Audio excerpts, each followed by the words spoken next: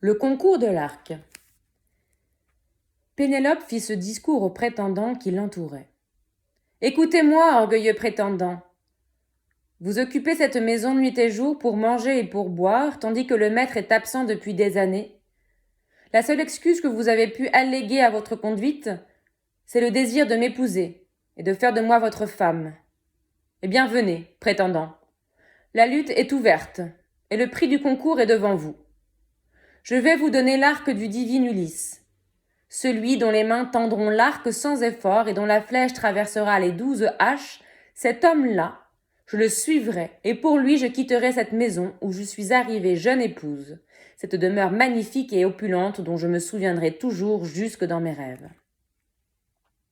À ces mots, elle demanda à Eumée, le divin porcher, de préparer pour les prétendants l'arc et le fer étincelant. Eumée les prit et les disposa, en pleurant. Le Bouviette versa des larmes, lui aussi, à la vue de l'arc de son maître. Antinoos les agonie d'injures en ces termes. « Paysans ignares, vous êtes incapables de voir plus loin que le jour présent. Misérables, pourquoi pleurnichez-vous? Vous troublez le cœur de cette femme qui est plongée dans la douleur depuis qu'elle a perdu son époux bien-aimé. Asseyez-vous et mangez en silence ou bien allez pleurer dehors. Et laissez l'arc ici, ce concours décisif entre les prétendants, car je parie qu'il ne sera pas facile à tendre cet arc bien poli. Parmi tous ceux qui sont ici, il n'est personne qui égale Ulysse. Je l'ai vu de mes yeux, je m'en souviens encore, même si je n'étais alors qu'un petit enfant. » Ainsi parlait Antinoos. Mais dans sa poitrine, son cœur espérait qu'il réussirait à tendre la corde de l'arc et à lancer la flèche à travers les haches de fer. Or, il allait être le premier à goûter la flèche décochée par les mains du parfait Ulysse, qui l'outrageait, vautrait dans son palais, en incitant tous ses compagnons à l'insulter aussi. Le divin et puissant Télémaque prit la parole à son tour. « Hélas, Zeus, le fils de Cronos, m'a fait perdre la raison, ma chère mère, malgré sa grande sagesse. Elle affirme qu'elle va en suivre un autre et qu'elle quittera cette demeure, et moi je ris et je m'amuse comme un fou. Allez, prétendants, à vous de jouer. Le prix du concours est une femme comme il n'en existe pas aujourd'hui, ni sur la terre d'Achaïe, ni dans la sainte Pylos, ni à Argos, ni à Mycène, ni même à Ithaque, ni sur le continent noir. Mais vous le savez assez vous-même. Qu'ai-je besoin de faire l'éloge de ma mère? Allez-y, ne retardez plus le moment par de vaines excuses. N'évitez pas plus longtemps de tendre l'arc. Nous verrons qui l'emportera. D'ailleurs, je vais moi-même m'y essayer.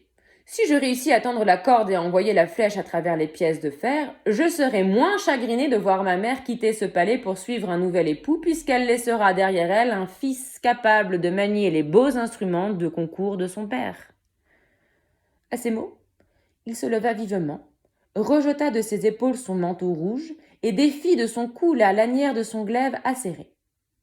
D'abord, il planta les haches dans un long sillon.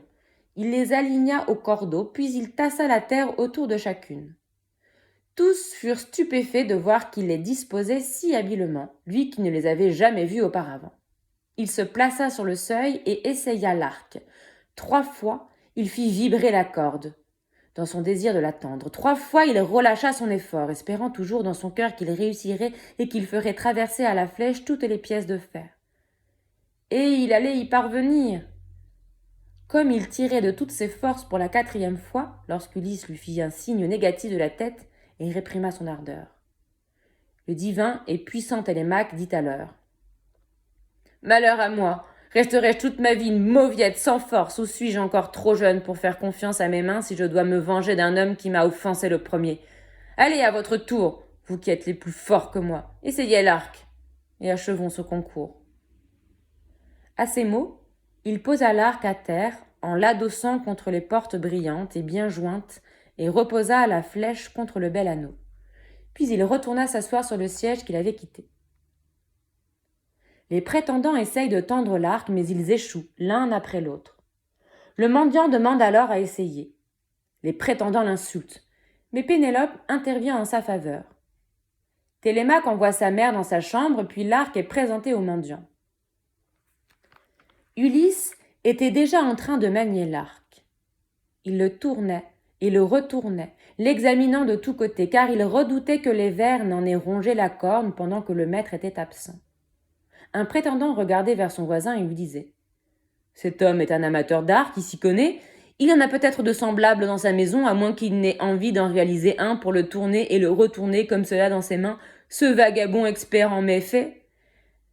Un autre de ces jeunes prétentieux disait « Je lui souhaite un bonheur à la hauteur de sa réussite avec cet arc. » Ainsi me disaient les prétendants, mais dès qu'Ulysse aux mille ruses eut soupesé le grand arc et l'eut observé en détail, comme un homme expert dans l'art de la cithare et du chant qui tend aisément une corde autour d'une cheville nouvelle en attachant les deux côtés le boyau de mouton torsadé, il tendit l'arc avec une facilité extrême. Puis, le prenant dans sa main droite, il essaya la corde qui rendit un beau son, semblable au cri de l'hirondelle. Les prétendants éprouvèrent une vive douleur et tous changèrent de couleur. Zeus tonna violemment. Ses signes étaient clairs. Le divin Ulysse, qui avait enduré 1000 souffrances, se réjouit qu'enfin le fils de Cronos au conseil tortueux lui a envoyé un présage. Il saisit une flèche rapide, posée près de lui sur la table. Toutes les autres, auxquelles les convives allaient bientôt goûter, étaient restées au fond du carquois. Il la maintint contre la courbure de l'arc et tira le nerf et l'encoche de la flèche, puis, visant tout droit et sans quitter son siège, il la décocha. Elle ne manqua aucune des haches, du premier trou jusqu'au dernier, et ressortit après les avoir traversées toutes. Il dit alors à Télémaque « Télémaque, l'étranger assis dans ton palais ne t'a pas fait honte. Regarde, je n'ai pas manqué la cible et je n'ai pas fait beaucoup d'efforts pour tendre l'arc. Ma force n'est pas aussi diminuée que le suggéraient les railleries de ces prétendants insolents.